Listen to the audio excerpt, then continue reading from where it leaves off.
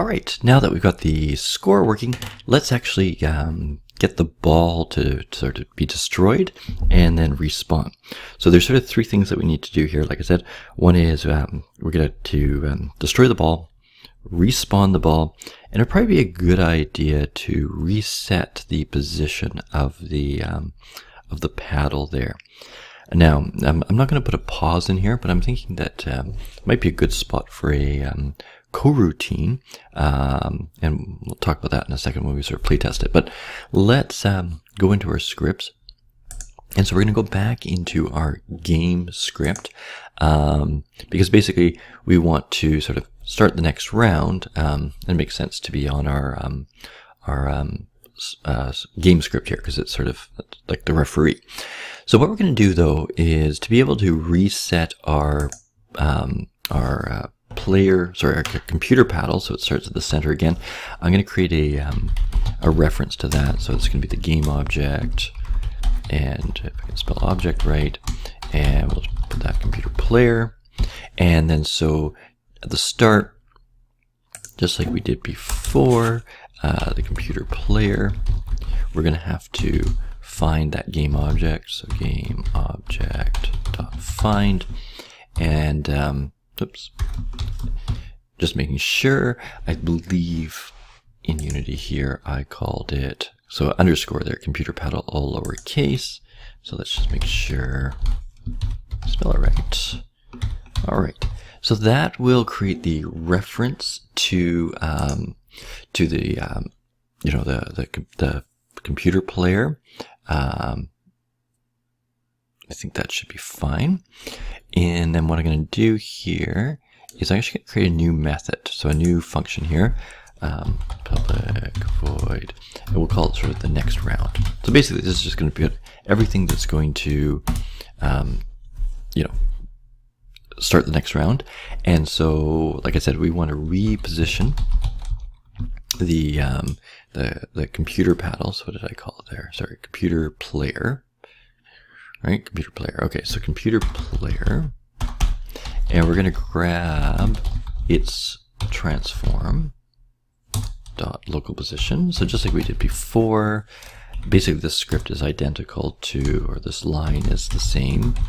So vector 3, and so we want to keep its x and keep its z, and then just change its y position there. So paddle dot,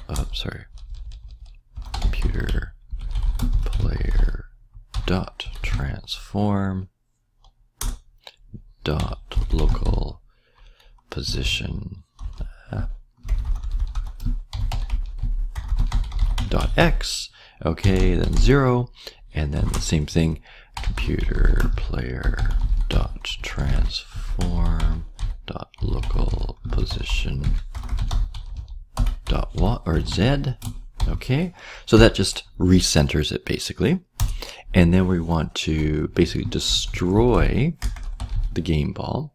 So game object dot destroy, and we don't want to destroy the game object, we want to destroy the ball. So we do have already a reference to it. So the ball dot game object. Okay, so that should get rid of the ball. And then the last thing we need to do is respawn the ball. So spawn ball. Okay, so we've already got the function to respawn the ball. The moment, and you can make this as an improvement later on, the computer is always going to be spawning the ball. Maybe not quite fair, so you might want to set that up to be different with your modification, but at least at the moment, spawning, the ball will always spawn from the computer's position. Now that's good, but of course this function is not going to be called, right? Nothing's calling next round, but it's pretty easy here. We just put next round, we call it either if the player wins, or the player gets a point, or if the computer gets a point. Next round. Okay, so let's test this out, make sure, hopefully that will not, I don't know why that's not turning black, but it should be fine.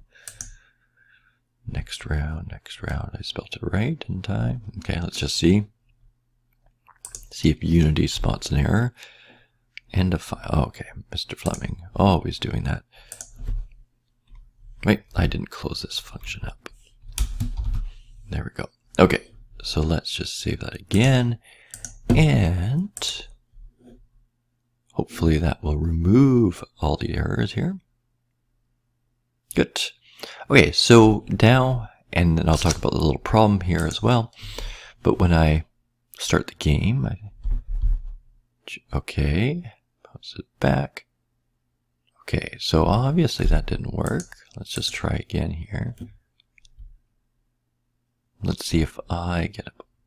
Okay, so that's working there. Like I said, there's a little bit of a problem with the player paddle.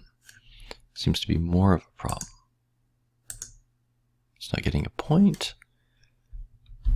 Okay, so at least... Okay, I'm going to have to look at that.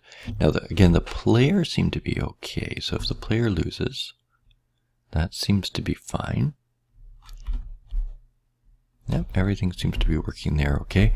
I'll have to look to see what that error could be on the other, on the computer script. But we seem to have very little problem. Everything seems to be working there. Try that again. Nope. There's something weird going on with that. And it might have been, and I'll have to look into this, it might have been just that first one. No, we got a second one there. Anyways, it's working reasonably well. There's still that little error. But the important thing is the ball is respawning. We're able to sort of keep playing there. We need to look at putting a high score in, right? Maybe getting it to 10 and then ending the game. So we'll look at that next.